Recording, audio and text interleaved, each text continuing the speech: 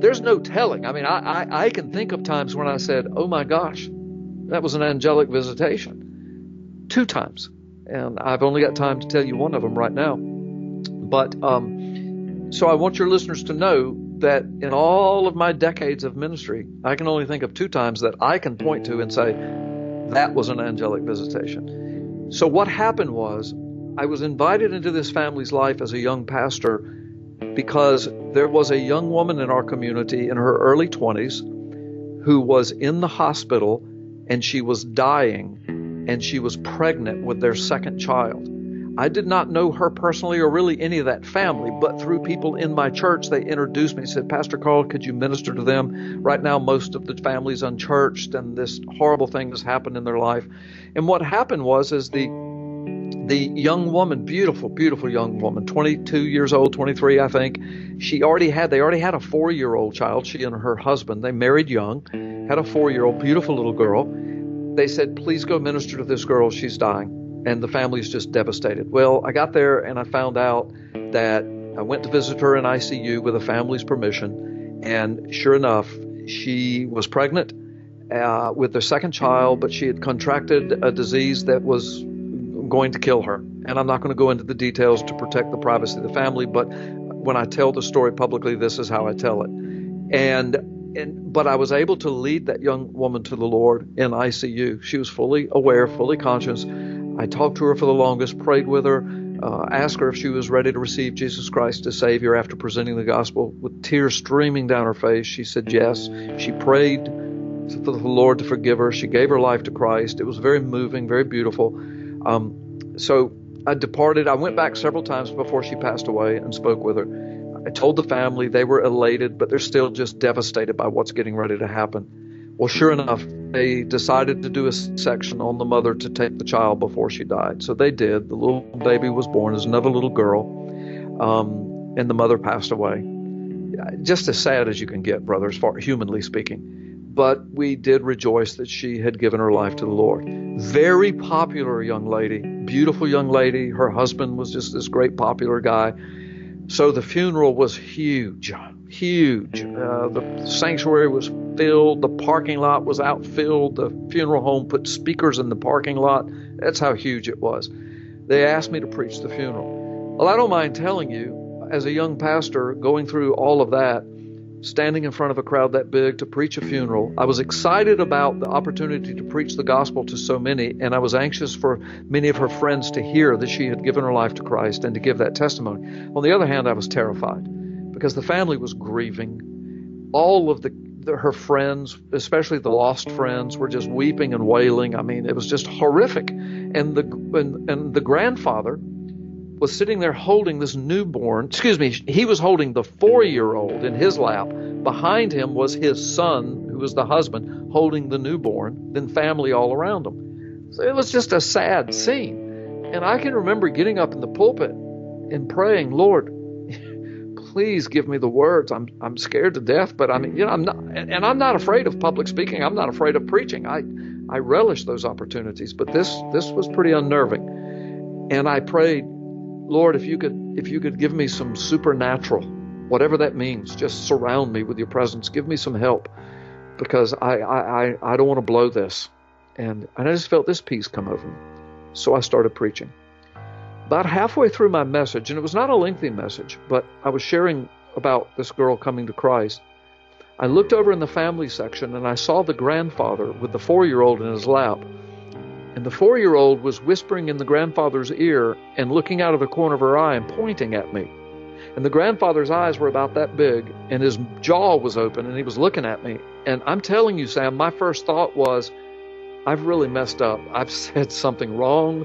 I've said somebody's name wrong. I've remembered something wrong. I've misspoken. And I'm telling you, I was unnerved again. And I started praying, Lord, give me strength. Give me strength. And I felt a peace come over me, and I kept going. Well, after I did the closing prayer, and the funeral home directors were kind of directing the crowd, I slipped down out of the pulpit. I went right over to where the family was. I was speaking to them, kind of comforting them, because they were still torn up about everything. But I went over to the grandfather, who's still holding his granddaughter, and I said, did I say something wrong? What was all that about? And he said, I need to talk to you. And I said, okay.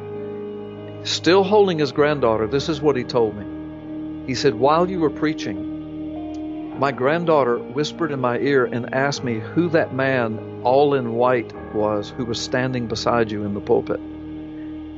And I told her, I said, baby, this is a 4-year-old little girl that wasn't even going to church. She don't know anything about angels or, Jesus dressed all in white or whatever. And he told me, he says, she would have no knowledge of this. And I thought maybe she was just confused or grieving. And I said, baby, there's no man up there. And she took her Papa's head with her hand and said, Papa, don't you see him? He's standing beside the preacher. And he said, baby, do you see a man dressed all in white? She says, yes, Papa. He said, and so he said he started looking around in the congregation to see if maybe there was some guy in a white suit, and nobody was dressed like that. And so he looked back at her and he said, have you ever seen this man before? And she says, no, he's standing there now, Papa. And she said, he's standing right beside the preacher. And she said, but he did come and talk to me right before the preacher did and told me that my mommy was okay and that everything was going to be fine. And I thought you saw him then. And the grandfather looked at me and says, preacher, I'm telling you the truth. And the little girl looked at me with this little 4-year-old look on her face like, my papa's telling you the truth, mister.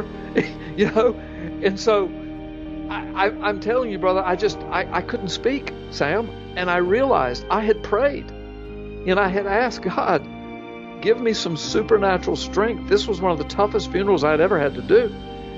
And I felt that peace come over me several times. And now I'm standing here talking to the grandfather.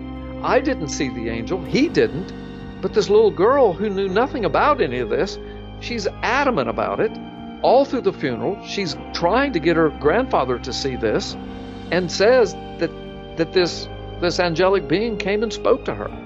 So I'm telling you, Sam, that rocked my world. And it really gave this, when I was a young pastor, this perspective that, you know what? The Word of God tells us that sometimes we're entertaining angels unaware, that they are there as fellow servants. They are there to lift us up. They are there to encourage us. They are there to protect us.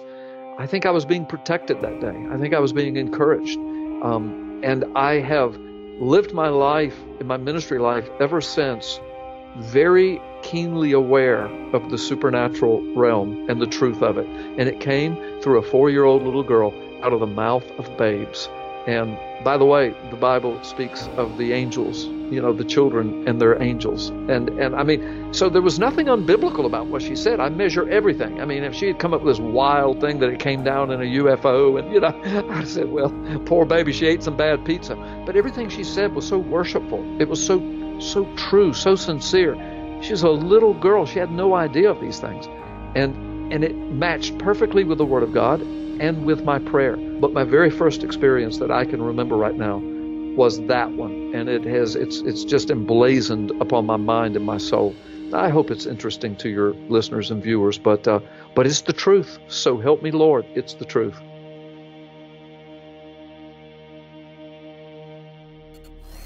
The Satanists wanted to install their own tribute, a pagan idol, on the Capitol grounds, right next to the Ten Commandments. Billions around the planet are witnessing a world in the grasp of sadistic spiritual darkness. This unholy alliance has infected our governments, our religious institutions, and our societies. The world appears to be unraveling. But can the evil behind these dark supernatural forces be defeated? Is everything playing out just as the Bible predicted it will in the final days?